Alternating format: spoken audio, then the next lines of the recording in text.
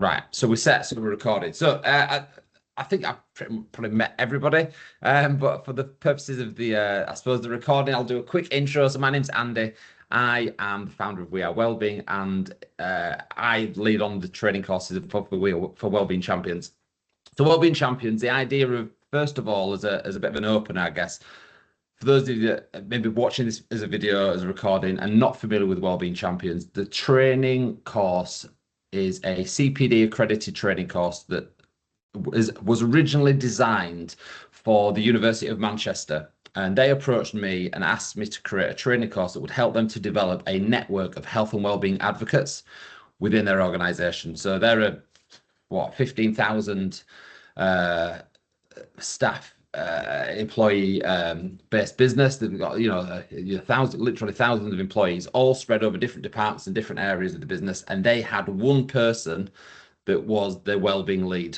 Now, obviously, one person can't decide on what well-being looks like for 15,000. And we see this in a lot of businesses. I was working with another organization yesterday. They've got, I think, 27,000 staff. Their well-being team is 5. So the idea of 5 people being able to decide on what well-being looks like for 25,000 or 27,000 or 37,000, it just doesn't happen. So what ends up being really valuable is to have this network of health and wellbeing advocates. Now, one of the first things that happens when we run Wellbeing Champions is we get asked, what's the difference between this and mental health first aid? And a lot of organizations will either choose to do this as a course or a mental health first aid course. So mental health first aid, if you've not done it, is a 2-day intensive training course that specifically looks at mental ill health. So what are different mental ill health conditions? What does signposting look like for mental ill health? What does a conversation look like for mental ill health? And what the signs and symptoms that can identify, and how can we improve the well-being conversation around that? Wellbeing Champions is different in the sense that I suppose it's more holistic. We're not just talking about mental ill health. And Wellbeing Champions particularly, obviously I'm massively biased because I wrote this training course, but Wellbeing Champions really looks at the whole person. We want to be looking at things like their physical activity level, sort of someone's physical activity levels, their access to useful resources, how connected they feel to a community, even things like from looking at access to nutritional resources.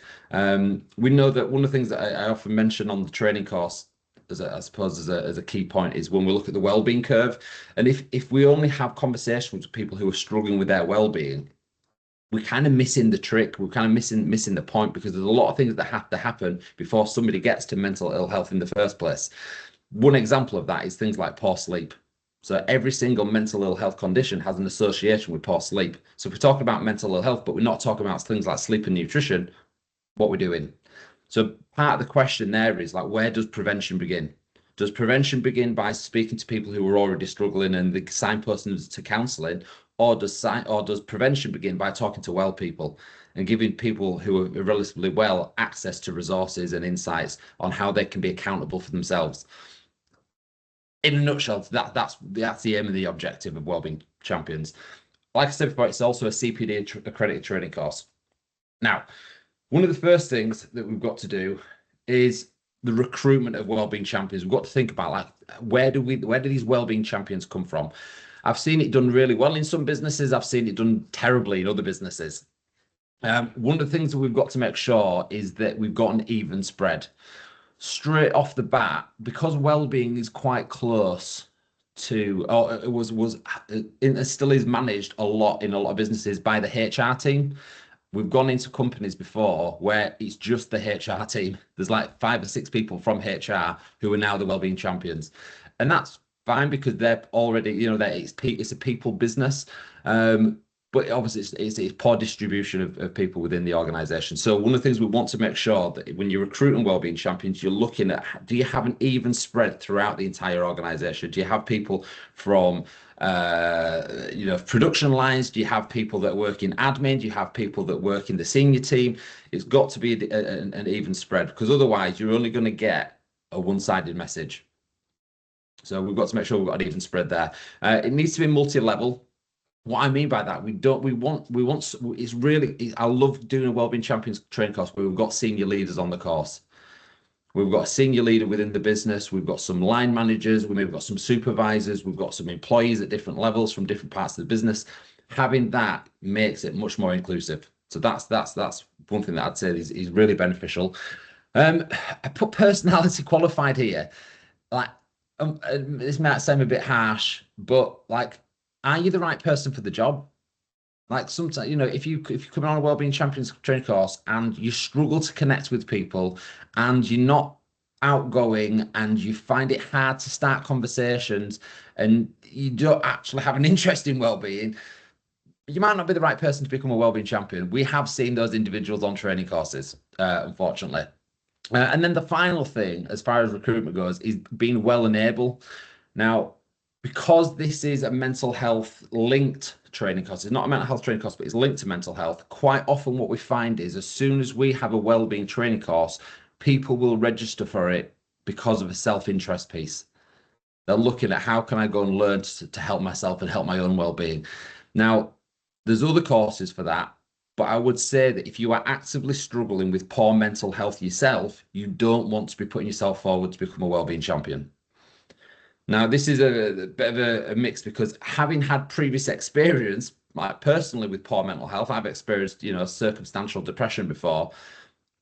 It makes me better at doing my job because I've got a better insight. But if I was actively struggling with poor mental health, I wouldn't be the best person to deliver the training. So what we want to make sure we ask that question is like, how are you at the minute? Because if you're putting yourself out there as a wellbeing champion and having discussions with other colleagues about what they're going through, there's a pretty good chance at some point that you will end up having a conversation with somebody that's fairly sensitive, where there's some information gets shared and you put yourself at higher risk of things like vicarious trauma or compassion fatigue. And if you're going through a tough time yourself and then loading on someone else's difficulties, that can be overloaded. So we've got to make sure that there's a few things that are included first within that recruitment process. And I've seen everybody does it differently. Sometimes it's people who just volunteer. Sometimes it's people who are recruited. Sometimes it's people who fill out a application form to become a wellbeing champion, whatever that looks like for you. And, obviously just making the right decision there. Any questions so far? Amazing. Making my life easier.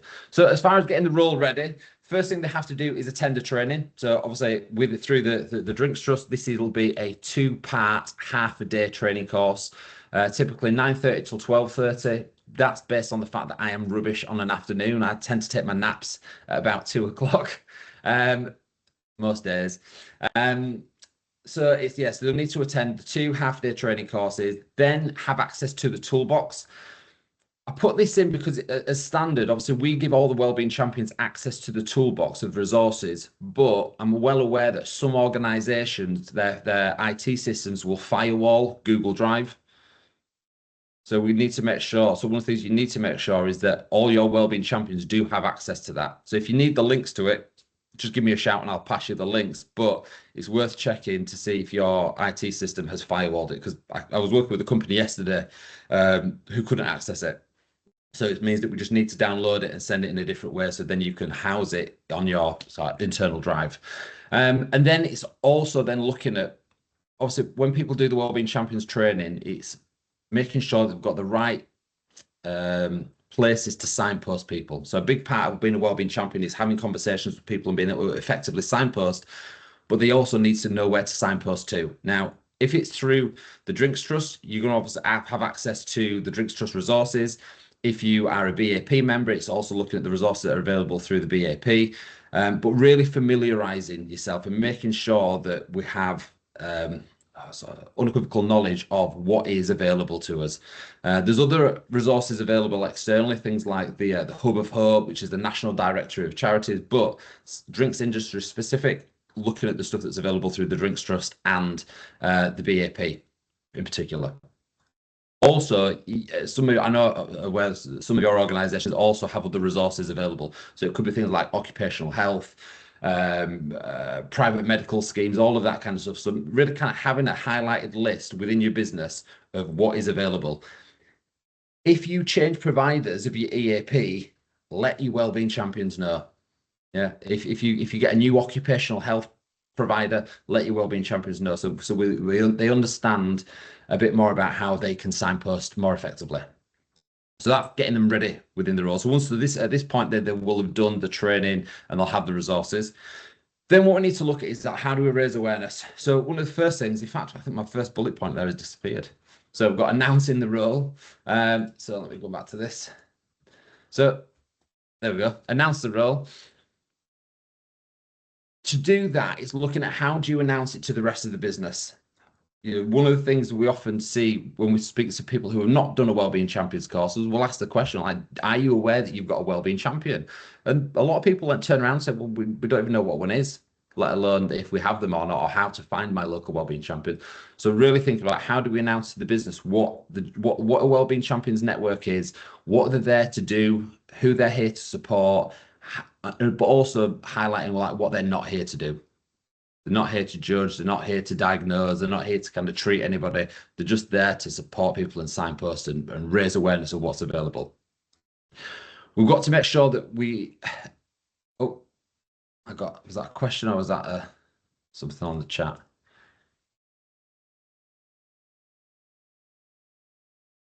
Oh no, that was Nikki's assistant getting distracted. So you've got that. There's also then with senior leaders, I think there's a couple of things. One is to make sure that you've got senior leader buy-in. I've seen it in organizations where not all the senior leaders have the same investment in well-being. And if staff see that, well, everything just feels like a tick box. So one of the really useful things is to have something, even in writing, or even better, a video from senior leaders saying, this is why we're investing in wellbeing. This is why we've got a Wellbeing Champions Network. Because when the senior leader buy in, everything else becomes a little bit easier to follow. So I think that's a useful place to start. We've also then got line manager acceptance. We know that not all line managers are created equal. We know that not all line managers have the same value on it, on well-being. But the challenge we have is when we look at, down the line, 2 or 3 years of somebody being trained as a well-being champion, we're starting to hear things like, oh, my manager doesn't value it, so they don't let me go to the meetings. So one of the things you've got to make sure is that all line managers, because if I'm being managed by somebody and I want to I'm a wellbeing champion and I want to go to my wellbeing champions quarterly catch up, do I need to get approval from my line manager because it's outside of my role? It's outside of my actual role. So one of the things that's probably useful then is to make sure that all line managers understand that these people have been trained, the company's provided this training, and even though it's in addition to what they're supposed to be doing, their main role is something that as a business we do want them to do. Because we've seen some resistance there. Then you've got looking at visibility. So are we using Wellbeing Champions lanyards? Are we having signatures on the bottom of our emails? Do we have posters around the business highlighting who the Wellbeing Champions are and how we can access them? Is there a space on the intranet where people can go and find a Wellbeing Champion and then access them? Lots of different things to consider there. Also then some of the standard stuff like, do you have a wellbeing strategy? Is there a wellbeing policy in place? I know that's something that Ali, we worked on last year or the year before, where we look at the actual strategy templates. So if you don't have a strategy, there are some templates available. And the same for the policy. And then obviously do things like the wellbeing surveys. Like, are we announcing to the business that it's not just a tick box thing that we're just going to do once and roll this out as a token to say that we've done it, but then using the surveys, taking the data from the wellbeing surveys and saying, well, actually, you said this, and now we're going to do this, and then that's the thing that kind of gives more people more buy-in through kind of just raising awareness of the network. So that's that. We then move on to, that's right, yeah, the community. So a big part of the value of this Wellbeing Champions Network is this community spirit. It's the community of the Wellbeing Champions. And ideally, when we think about social wellbeing, it's how do we support Wellbeing Champions to then build more communities and build more support networks within your business. So there might be like subsector communities, things like diversity and inclusion groups, or it could be things like a Spanish club, or it could be things like five-a-side club, but encouraging the Wellbeing Champions to then start to create some of these like networks. Because if we increase the level of the networks within the businesses, that increases the level of support. When people end up going through one of life's inevitable tough times, if they've got support, they're much more likely to get through it with less sort of instance. So first thing with community then is quarterly activity planning. Now, one of the things that we have within the Wellbeing Champions toolbox, let me just stop this share a second. I'll pull one of the example up. So in the Champions toolbox, just find it on here, client access and Champions toolbox. So this is the Wellbeing Champions toolbox that we share on the actual training. You guys see that? So there's two tools that are useful to run together, and I would use these tools once a quarter, where first thing you do is you look at the wellbeing calendar, and you pull up the wellbeing calendar and you look at what obviously this is the UK wellbeing calendar, it's different everywhere else, but you look at what are the health and wellbeing awareness days that are coming up each month. So if I was looking at July, you've got Disability Pride Month, you've got Alcohol Awareness Week, you've got International Self-Care Day. So we would look at those dates that are coming up, see what we might want to raise awareness of. You might have your own calendars within your businesses. So we'll look at the awareness days that are there. And then what we do is scroll down to the bottom here, and we've got this wellbeing planning tool. And the planning tool is just an interactive PowerPoint presentation, really. But what you can do is you can click into here, and it'll ask you, as a group of wellbeing champions, to then agree on, right, in July this year, what are the health awareness days that we're going to talk about? You can't promote all of them. There's far too many. But which are the ones that you're going to prioritize for your business? And you come to a collective agreement as a group of wellbeing champions. What days are we going to promote? As a group of wellbeing champions, what are we going to do? So I might say, okay, well, I'm going to do a presentation. Ali, you're going to write a blog. Tracy, you're going to create a poster. And we, this thing about shared responsibility. So we're not replicating each other's efforts. So it doesn't have to be a full-time job for all of us to do all this stuff all the time, but we pick, and one of the things that I mentioned later on in the workshop is get people to do some stuff that one, that they're good at, and two, that they're interested in. Because if I got any of you guys and to one side and said, right, let's go and do something that you're good at and that you're interested in, you probably wouldn't give me much resistance. And actually, you quite enjoy doing it. Even though it might be additional work, you probably enjoy doing it. It's like somebody phones me and said, Andy, will you talk for a bit? Of course I'll do it. I love talking. So it's encouraging people to do those things that they have a natural interest in and they're naturally good at, and it will run much smoother. So if you've got someone who's great at writing blogs, ask, would you mind contributing to a few blogs a year? Yeah, and looking at those kind of things. So champion activities, then you've got additional support. So do you need any additional support from us? Do you need any additional support from, say, like the Drinks Trust? Do you need any additional support from any other providers?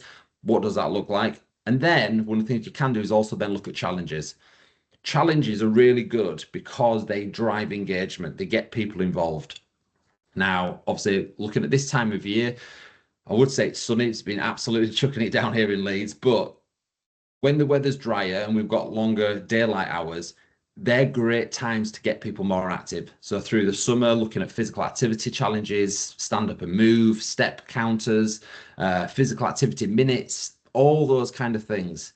I think one of the best ones I've seen was one of the companies we work with did wildlife bingo. And one of the things you had to do is you have to get out, go walking, and then take photos in nature. So things like, like something common like a crow would be worth 5 points, but something like a rare butterfly might be worth 50 points. And then what you do is you collect how many points you've got bit. And there's programs online. If you search for those programs online, it'll tell you how to do it. So looking at ways and trying to be as creative as possible to think like, what can we do to get people interactive with each other? And it's just this thing about building more community. That's kind of one of the keys with this. So this is like the wellbeing planning tool. And both of those are in the toolbox. Every year we'll publish in December, we'll publish the 2026 calendar and so on and so forth. So that's something that we'll always provide in there. we mentioned about skill utilization, so doing the stuff that you're good at, but also then looking at external communities. So we created, it's not super active yet, but we're going to be doing more on it, is we created like a Wellbeing Champions community on LinkedIn. So if you search for Wellbeing Champions in groups on LinkedIn, there's a little Wellbeing Champions group there. Obviously, accessing support through the BAP, and then other sort of stuff that we do on We Are Wellbeing. We publish a load of things on our more so on our LinkedIn page, of stuff, of events, of free talks, of lots of other things where you connect with other people who've got an active interest in wellbeing. So keeping that kind of community alive is really useful. Then just revisiting some of the key responsibilities. There's the key things that we want wellbeing champions to do. I kind of highlighted this as kind of three main things. So one of them is health and wellbeing awareness, raising awareness of what people should be paying attention to. Now, interesting. So when we did the big, and I talk about this quite a bit on the courses, when we do the big drinks industry survey for the Drinks Trust, I think we've had like 750, maybe 800 responses to the last one that we did, I think. Now, one of the questions that we ask in that survey is, where do you go to stay informed about your health? So if you want to go and get health and wellbeing information and learn about how do you look after yourself, where do you go to get that information? And so we list things like the NHS website, white papers, British Heart Foundation, all these different spaces where you can go and get good health advice. The place where people most go, worryingly, was Instagram. Now, there's some brilliant stuff on Instagram, but what you've got to consider is how much misinformation there is on social media. There's loads. So the concern is, if people do want to go and improve their diet or improve their mental health or go and do this, there's a good chance by just going on social media that they'll get some bad information, some unhelpful, some unuseful, some unevidence-based stuff. So what we want to do is make sure that we're, as a business, we're then providing access to some helpful resources. So then it's sifting through that, and as wellbeing champions, then being able to decide, well, actually, is this a credible resource? Is this something that we can, we know that is provided, that's evidence-based, and then create a blog or create a poster based on that, and using those main things, and also obviously things like talks and everything else that's available. The second thing, so from health promotion, that's important, and then looking at how we do that. Then we've got employee connection. So a big part of this, which I probably didn't put enough emphasis on years ago, is community.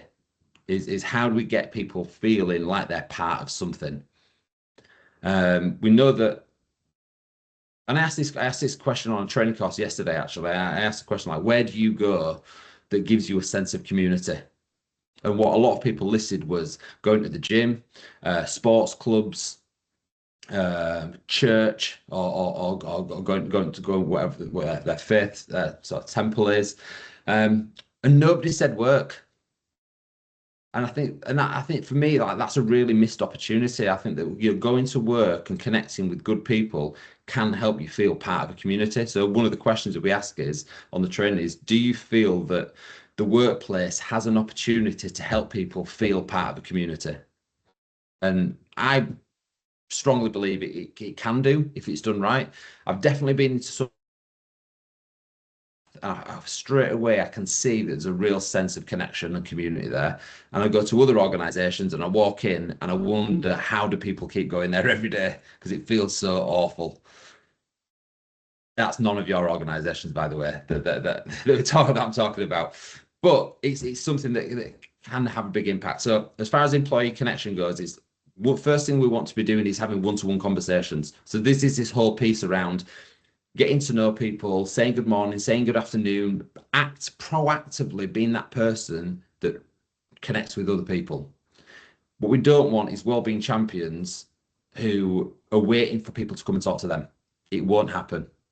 Same with mental health first aid trained staff. If you've been on a 2-day intensive mental health training course, and expect people to just come and start telling you problems, you'd be totally wrong. You've got to make sure that you put the groundwork in, saying good morning, saying good afternoon, coffee, water filter conversations, all that kind of stuff. So one-to-one conversations, that then leads to raising more awareness and effective signposting. Then we've got community creation. And this is this thing about looking at subgroups. You know, I think in a lot of businesses, it's kind of died where companies used to do staff nights out and workplace, you know, going to the pub on a Thursday night after work and that kind of stuff. And there's massive value in that. There's huge value in giving people opportunities to connect socially through work. So looking at how do we do that? I think one of the things that's obviously useful is looking at how do we do it, but are there different offerings for people that you might have somebody that doesn't drink alcohol. So is there a way that they can connect with people that not based around that? It could be that somebody who's not really into sport and they don't want to go and play five-a-side, but is there another way that they connect with people through work that's not as physically active? So trying to think of it and get the champions to think how can they do it inclusively to connect people as much as possible. The other thing that is really valuable is the idea of onboarding. So when somebody new joins a business, can they have a 25, 30-minute or 15-minute sit down with a wellbeing champion? And it's structured to say, look, welcome to the business. My name's Andy. I'm a wellbeing champion, and I'm part of this group of wellbeing champions that have had some training on how to, improve health and wellbeing. So straight away, I'm an ally. I'm someone who I'm here. I'm a friendly face. I've got your back. But also here, this is what you've got available to you. So from day one, you know about your EAP. From day one, you know about the Drinks Trust. From day one, you know about these resources. And I think somebody entering into a business, that they get that straight away, they're off on the right foot. So I'm big fan of wellbeing onboarding. And then the other thing that we want to do as far as wellbeing champions is provide feedback. So just like, if you've got a wellbeing lead, or if you are the wellbeing lead in your business, you can't be the eyes and ears for the whole business. So making sure that you're asking for feedback from your wellbeing champions. So, like they might think that, like the wellbeing survey, if you've done a wellbeing survey last year, you have to do a wellbeing. Some people might think it's of high value. Some people might think it's really tedious. That, we're having to do a wellbeing survey again. Get the feedback and find out what it means to people. Equally, if you've got an EAP provider, like obviously with the Drinks Trust and the BAP, like those resources, you want to find out if people are finding it of value. Because I know, like, I'm sure Ali and Nikki won't mind me saying, like, they've got providers that provide services to let the BAP be a thing. But we want to make sure that those service providers are doing a good job as well. And if people are phoning up for counselling and they're getting a substandard service, we need to find out so we can address it and make sure that it's well provided. And that's the same for us. If people coming on our training courses and they don't think the training courses are very good, we've got to act on it. We've got to try and level up. So making sure that we get feedback from almost everything that happens is really useful. But also then looking at the feedback from the surveys as well and making sure that we don't just ask these questions and we do the surveys for the sake of doing it, we actually act on it as well is really important. Then the final bit that I thought would be probably useful is to look at this kind of ongoing development. Now, we don't have like this legal requirement for people to continue and you've got to do this every single year and it has to be structured, because we're fairly relaxed about it. But realistically, what you want to do is probably looking at a refresher training every 2 years. The refresher training, as opposed to a full day, it's just a half day. So what we do is we take out the key points and we refresh on those key things every 2 years.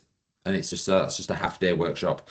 We recommend doing them, and we can do those as a provider through us. You can do them through yourselves, but we call them share, learn, grow sessions. But what it is, it's a quarterly upskill session.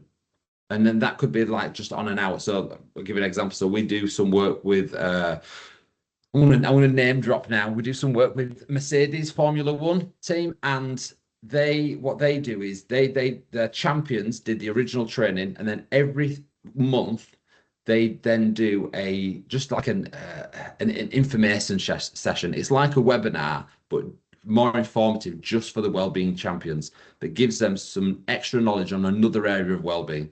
So it could be like, I think the next one that we're doing is on anxiety and depression.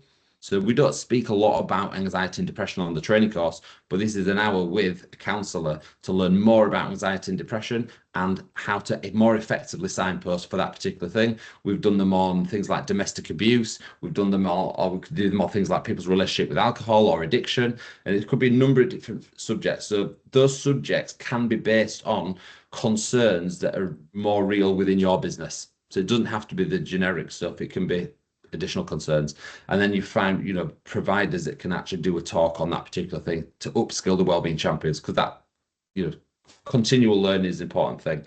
But also then continuous updates from the company.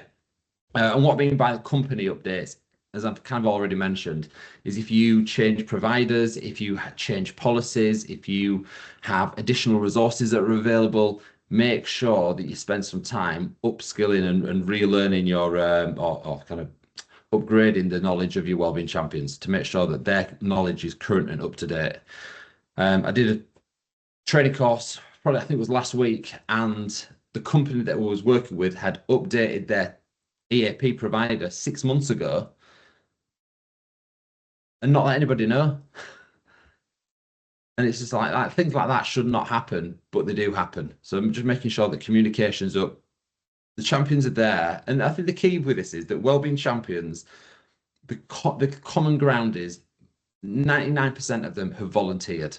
They've volunteered to give their time to help their colleagues in their workplace be better. So the least we can do is give them the tools to be able to do it effectively. Any questions?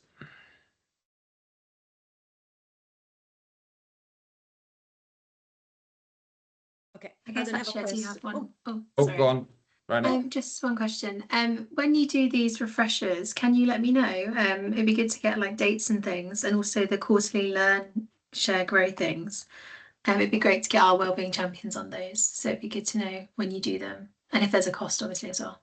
Yeah, absolutely. Yeah, so we can send some information out on that. So we've not actually done any via the Drinks Trust yet. Okay. On those, so I'll have a discussion with Nikki and Ali and see what that looks like for you guys.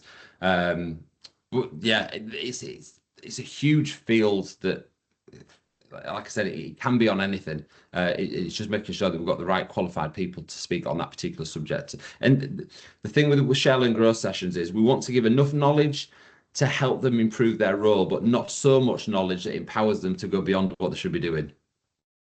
Because that's the risk that we run with wellbeing champions and things like mental health first aid, is that people go rogue and think that they're counsellors, which is the challenge. Yeah, so thank you. Well, thank you. Denise, was there somebody else? Yeah, it was me, Andy. Sorry, mine is on. not a question. It's just an FYI. All the documents that are in the toolbox are already uploaded on the platform. So you have everything, guys. And all the wellbeing calendar that you find on the platform was based on We Are Wellbeing calendar plus other dates. So you have everything. But in any case, then if you can share the toolbox link again with everyone and like ourselves as well, so I can always check that I have the updated documents. Yeah, absolutely. Thank you so much. Amazing. Oh, Michelle. Hiya. We would quite like to repeat our survey that we did last year. Who's the best person to speak to on that? Is that you? Me. Just send me an email now and I'll refresh it for you. Okay, brilliant. Thank you. Will do. No worries. Awesome. Right. Well, if there's nothing else, thank you all very much for attending. I will stop the recording, and then if anybody needs it, you've got my email address. It's just andy@wearewellbeing.co.uk. Drop me an email, and I'll be happy to help. Thanks very much. Thank you so much. Thank you very much. You. Thank you. Bye, everyone. Bye. Bye. Bye.